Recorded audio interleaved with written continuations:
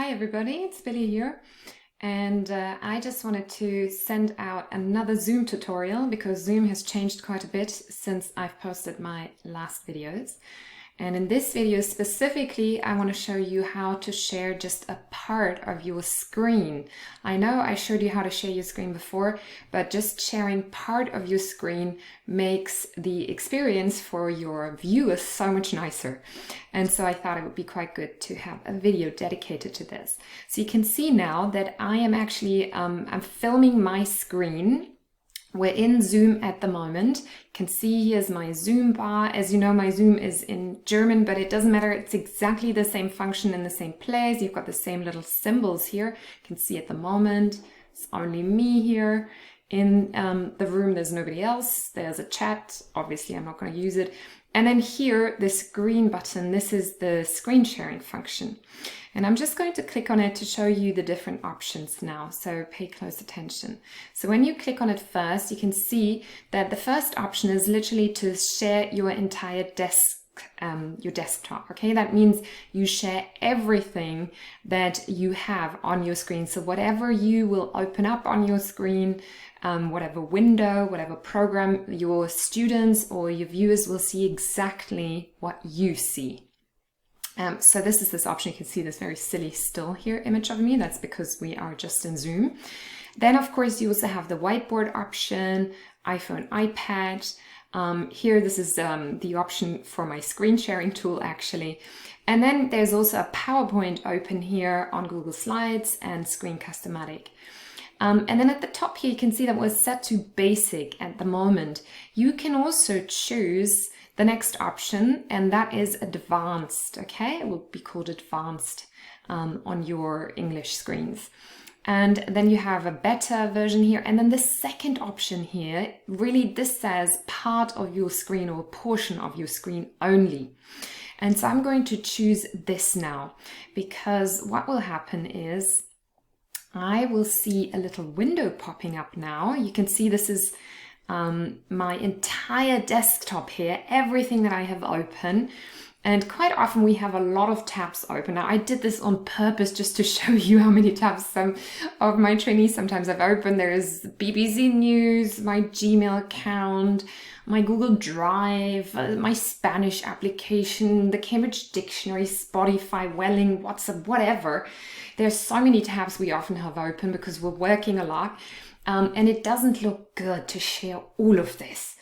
And in fact, often people, even when they work on a slideshow, they share everything here. And so the students can see not just the slide, but they can see the preview here, the notes section, all the other things that are open here.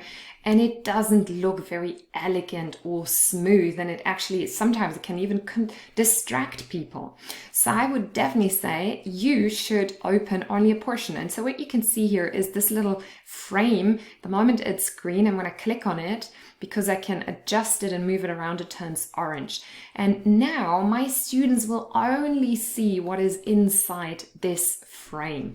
And I can just show you, I can literally adjust it. You can see that I mostly have it open on Google Slides, so it has exactly the same size. So have a look here. So now that I've adjusted it, my students will only see what is inside this frame. So that would be this very first slide. However, I can still see the previews. I know what slide comes next. I can also see any notes. Let's say here, for example, on the second slide, I've written a little note here down for myself, a reminder.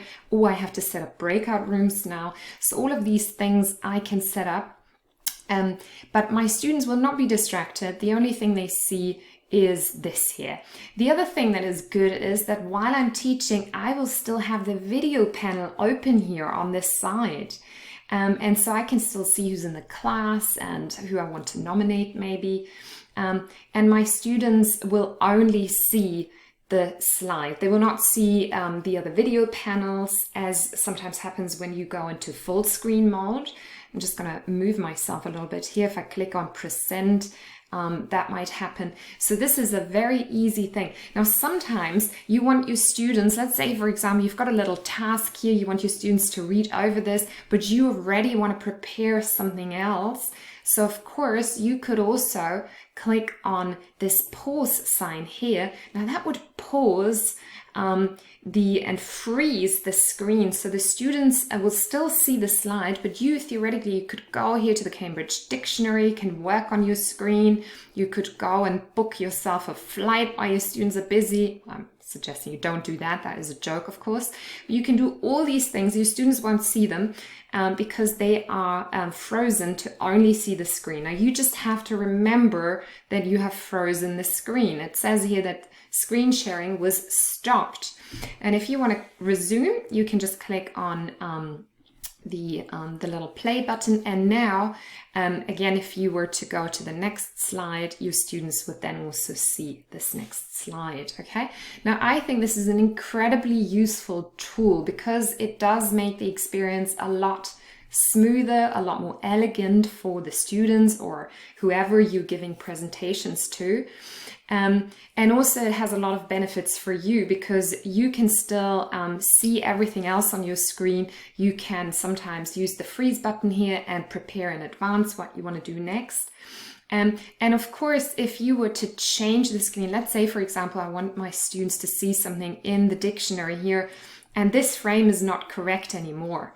I could still pause here, go to this, and then just think, okay, so I need to adjust this here. So I'm going to activate this again, and you can still quickly adjust the screen, okay? And so your students will, again, they will only, let's say I just want them to see this. You can still do this in the live session. There's no problem doing that, okay?